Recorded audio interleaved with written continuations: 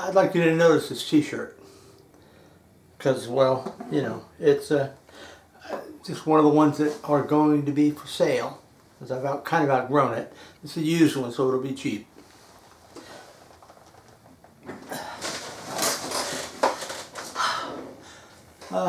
Wait,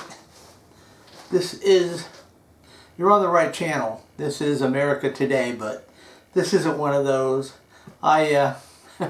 I'm just lazy and it's a miserable day and I just really don't feel like going to the park or trying to find somebody. So I thought what I'd do, just to keep track, you know, just keep you guys, give you something to watch, you know, is I would just tell jokes. These are all old jokes. None of them are, you know, well, none of them are less than 100 years old, but I'm starting over. One night, the people from the embassy of Zimbabwe are over at the Russian embassy, you know, and they get talking to, you know, that Vladimir Putin happens to be there, and they get talking. Now, Putin wants to impress the Zimbabweans with just how tough and mean, and they better not screw with us, you know, with the Russians. So he says, after dinner, you know, and a little vodka, they go in the other room and they say, all right, we're going to show you what we just do for fun. And he takes a revolver, you know, and so this, he holds up this big ass gun and he opens it, someone says, and this is a 44. It'll blow your head off. Blow you just what? Now we put one into this gun in one chamber. Like that, we spin the chamber and then we slam it shut. And then we put it up to our head. He didn't put it up to his head, he gives it to, you know, one of his soldiers because he don't really care about them very much, as he's proven. And he hands it to one of the soldiers and said, show him. And the Russian soldier, special forces, whatever, Spetsnaz, he puts it up to his head, you know, and he pulls the trigger and back, you know, empty cylinder, you know. Well, you know, they say, see, we don't care about life, we don't care about anything. We're tough and you better not mess with us, you better do what we tell you.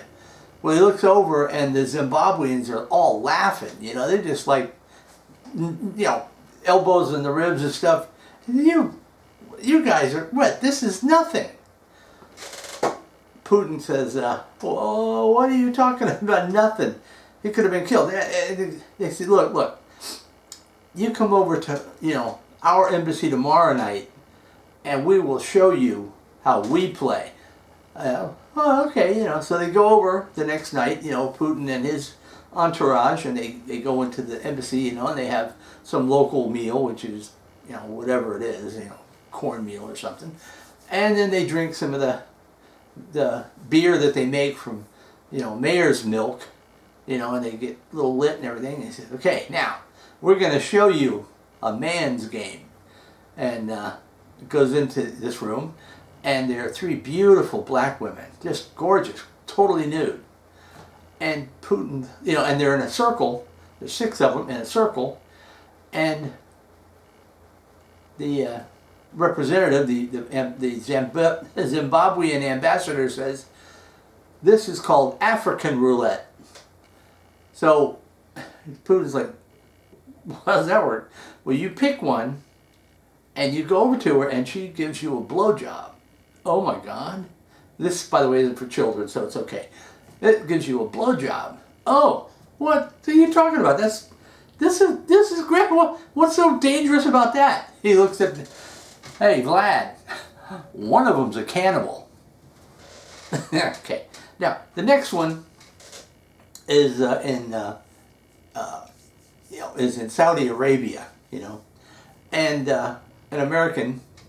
He's a salesman and he's got a very important appointment, but his car breaks down, you know, and it's going across the desert. Oh my God, now what? You know, well, he can't rent anything. No, there's not a Jeep or a truck or a car available.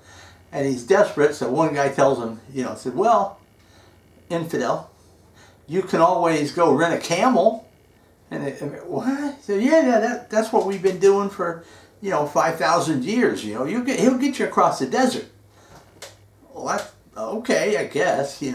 So he goes over, and Ahmed, not his real name, alias, he says, sure, American Pig Dog. We will, I'll rent you a camel. Now, here's the thing about this camel. It's the only one I got, but he will get you across the desert. But he's kind of a degenerate camel, so every once in a while, you're going to have to, get underneath him and give him give him some relief, and he makes this gesture, and the American's like, oh God, hey, you don't want the camel? You don't got to take the camel. So, well, no, I guess I'll do it. So he pays for the thing, and he gets on there, and he said, don't worry, the camel knows how to get there. So he gets out there, and now he's traveling across the desert. It's hot, it's miserable, and he's going across in about maybe 10, 15 miles, and the camel stops, And the American goes, what? We're not anywhere. Go. And he starts trying to do like a horse, hit him in the ribs, and the camel just sits there with his face in the air. So he's sitting about, what am I going to do, So he slaps him. That doesn't do nothing. So he gets out, and he looks in front of the camel, and he goes up there, and he goes, move! And the camel just smiles. Camels can't smile. And he's and the camel. So the American, he looks, and man, I mean, this thing is disgusting, It's got ticks and fleas and God knows what other kind of bugs crawling all over it. It stinks to high heaven. There's this little slimy looking stuff. Oh, it's just awful. And he gets up underneath there, and he just takes a deep breath. And after about 5 minutes, the camel, has an orgasm, and then he gets back on the camel, and the camel starts going again. Well, this time about maybe another 15 miles, camel stops. And the guy slaps him once, and the camel just turns back and looks at him and smiles, and well, he gets off, and he gets underneath there, and no better. This is disgusting. I mean, the guy's gagging, but he does it. 5 minutes later, they're going again. Well, now he's right smack dab in the middle of this trackless desert. There's nothing anywhere. And the camel stops. So the guy doesn't even say anything. He gets up there and he goes, again, And the camel goes. And he looks at him and he slaps him one time. And the camel goes. And the American goes, well, what the heck do you want? And the camel looks at him right in the eye and goes, yeah, I know, I'm gagging too. But, listen, I wrote them down here. I know. So anyway, this guy buys him, he's kind of new to farming, but he buys himself a big old farm. And then, he's got his garden, he's growing some wheat and some corn and stuff. But he also decides, you know what? I need to raise cattle, So he goes and he buys a herd of cattle, of cows. And he buys a registered Angus bull. And he puts him out in the field, Well, this bull just doesn't seem to be doing anything.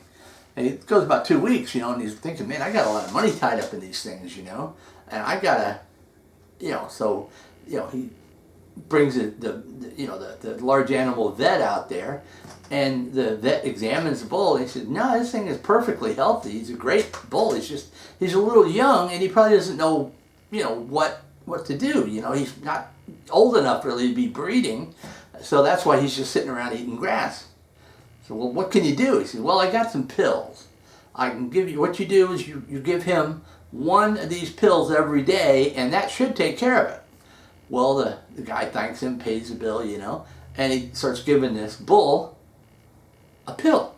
And he gives him one pill, and then, immediately this bull perks right up. He sees all these heifers, that's what they're called. Heifers are unbred cows. So he sees all these heifers and he goes, whoa! And he flies, man, he just on them all. He does them all. And when he gets done with all them, he kicks down, the fence and runs through the fence, and he goes to the guy, the farmer next door, and he covers all his cows. And like his neighbor sees this and he goes over, he says, what is this? And the guy says, well, and he tells him the whole story about, he wasn't doing anything, so I got these pills from the vet, and, well, you can see. And his neighbor says, well, gee whiz, that's amazing. What's in them? And the new farmer goes, well, I don't know, but they taste like spearmint. Okay. All right. One more, and then we'll get to something else. I'm glad if you're still with me and you got a lot of patience. Okay, so, again, an American, he's driving through the desert in, Egypt, right? And he gets pulled over. He's in the middle of nowhere. It's a straight highway, and he's doing like 80 miles an hour, but, the speed limit is posted, but it's in that weird hieroglyphically looking stuff that he don't know. But he's doing like 80 because there's no cars in either direction. Well, out there behind the sand dune is a traffic cop, and the traffic cop pulls him over.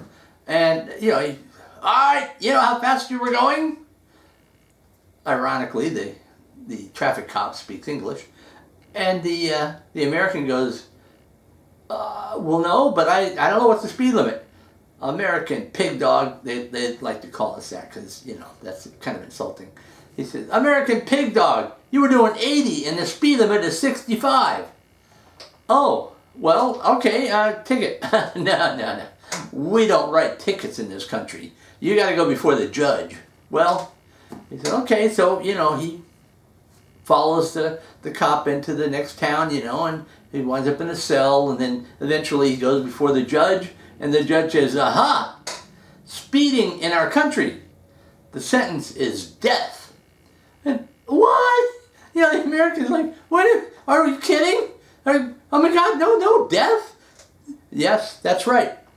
But we might be persuaded to do something if you were willing to, do a penance. Oh, okay. What? Well, okay, listen.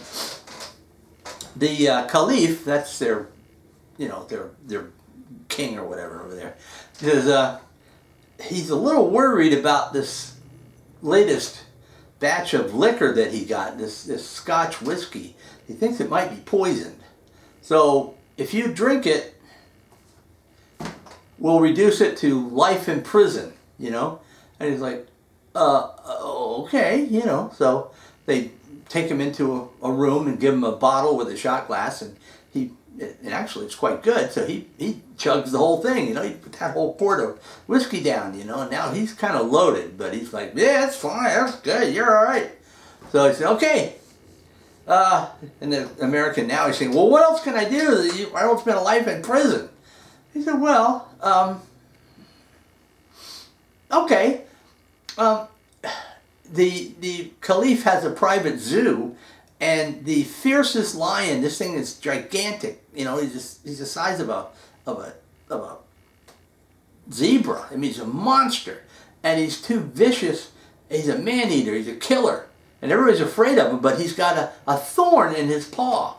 Now, if you'll go in there and get that thorn out of his paw, we'll just give you 10 years in prison. And the guy's like, all right, sure, yeah, what's the third thing? He said, well, this is a personal service. See, the Caliph's grandmother is like 90 years old, and she's kind of, she's going to die soon. And her last request, her last wish, is that she be allowed one last time with a man. And you're a young foreign guy, you're good shape and everything, so if you'll give her sex one last time, we'll let you go. Yeah, that's great. That's wonderful. I'll do it. So they take him over there, and there's this big iron door, and they open it real quick. They shove him in, slam the door, and they hear immediately screaming and roaring and shrieks, and it's awful. And like 30 minutes later, it gets kind of quiet, and there's a boom, boom, boom, boom on the door. They open it up. The guy walks out. He's all, clothes are all torn and shredded and stuff. And he says, all right, okay, now, where's the old lady with the thorn in her foot? Okay, that's it. I'm done. When I get to this point, my wife usually is, if she's still in the room, she's usually looking pretty relieved. And I know you probably are too. But hey, I like telling jokes. And if anything, I like hearing jokes even better.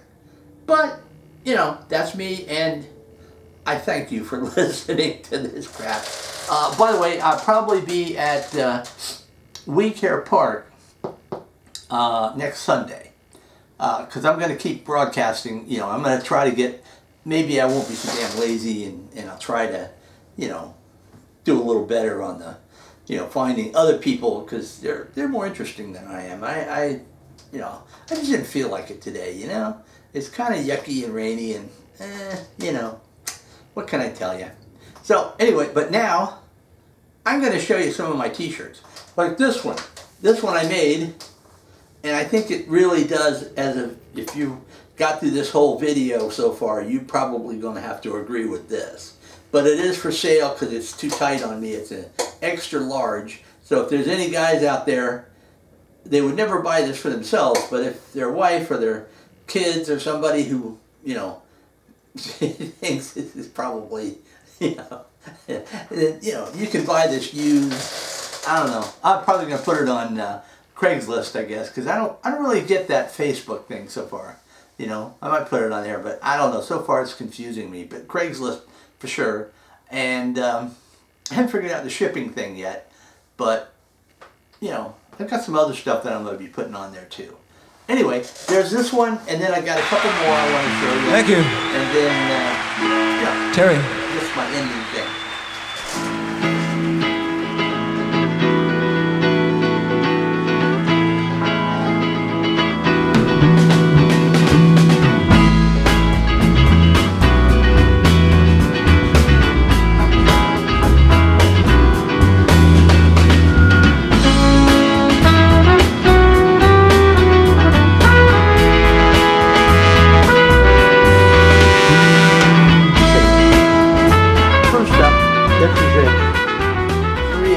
Large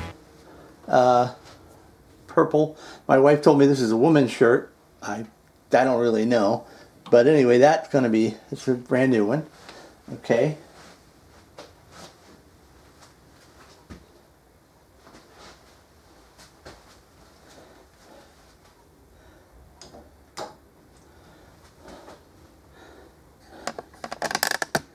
This one, I don't know what size it is. I will find out.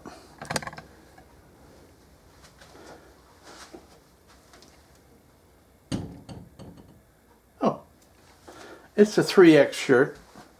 I kind of thought of my daughters when I thought of this, but she's not really, and neither one of them are really interested in wearing this kind of shirt. Too bad, because it kind of says it all for them. This is a cute one. It's just a wolf, white wolf. Yeah, and 3X anyway. Okay, that's probably a woman's shirt too. I don't know, but you can see it. It's kind of cool.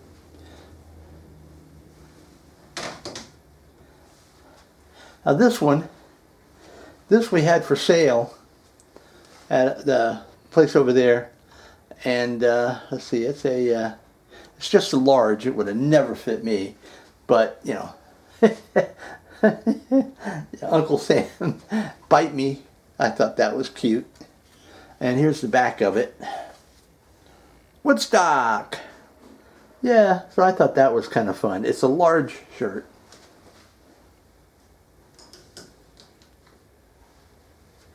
Okay.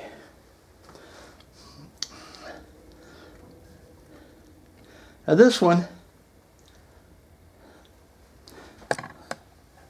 again, I don't know what size this is. It's an extra large. I couldn't get into that one. get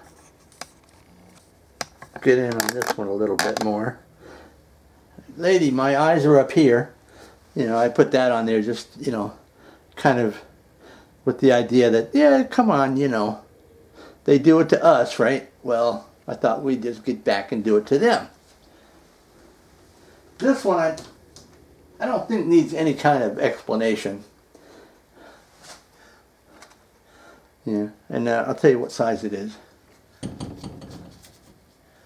Extra large, so it's cool, you know. And yeah, if you got kind of, if you're a little sarcastic or whatever, this could be a shirt for you. It's an extra large.